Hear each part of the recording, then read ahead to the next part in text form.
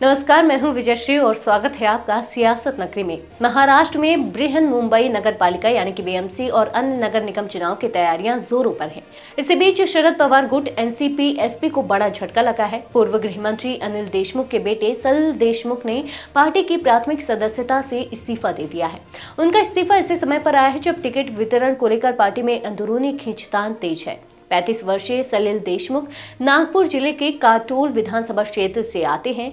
यह सीट देशमुख परिवार का पारंपरिक गढ़ रही है। 2024 के विधानसभा चुनाव में एनसीपी एसपी ने उन्हें काटोल से टिकट दिया था, लेकिन वे बीजेपी उम्मीदवार चरण सिंह बाबूलाल ठाकुर से चुनाव हार गए थे।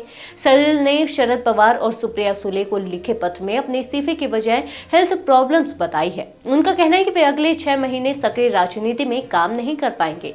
उन्होंने बयान जारी कर कहा, मेरी तबीयत ठीक नहीं है, इसलिए मैंने पार्टी की सदस्यता छोड़ दी है। मैं जनता के लिए काम करता रहूंगा और जब स्वास्थ्य बेहतर होगा तब आगे का फैसला करूंगा। लेकिन राजनीतिक गलियारों में इसे अचानक लिया गया फैसला नहीं माना जा रहा। सूत्रों का दावा है कि पार्टी के भीतर टिकट वितरण को लेकर नाराजगी लंबे समय से थी।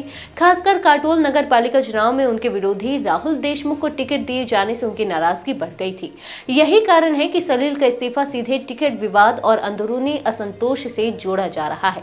इस्तीफे के राजनीतिक संकेत इसलिए भी गहरे हो गए क्योंकि कुछ दिन पहले जब सलिल अस्पताल में भर्ती थे तब अजित पवार उनसे मिलने पहुंचे थे।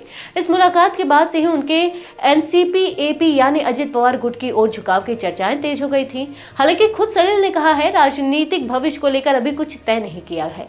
एनसीपी एसपी में इस्तीफा बड़ा झटका इसलिए माना जा रहा है क्योंकि सलिल देशमुख पार्टी की युवा ब्रिगेड का महत्वपूर्ण चेहरा थे।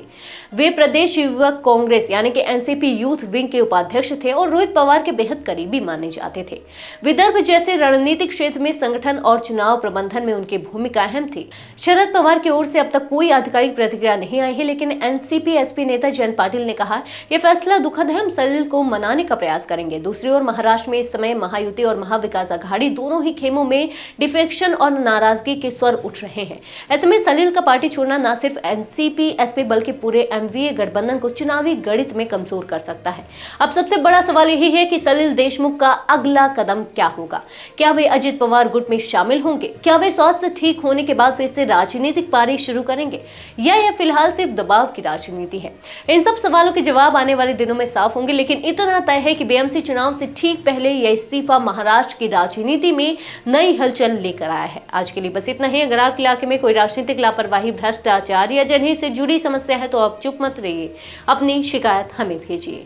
सियासत नगरी आपकी आवाज को मंच देगा और जवाबदेही तय करेगा, क्योंकि अब हर सवाल होगा सीधा सत्ता से।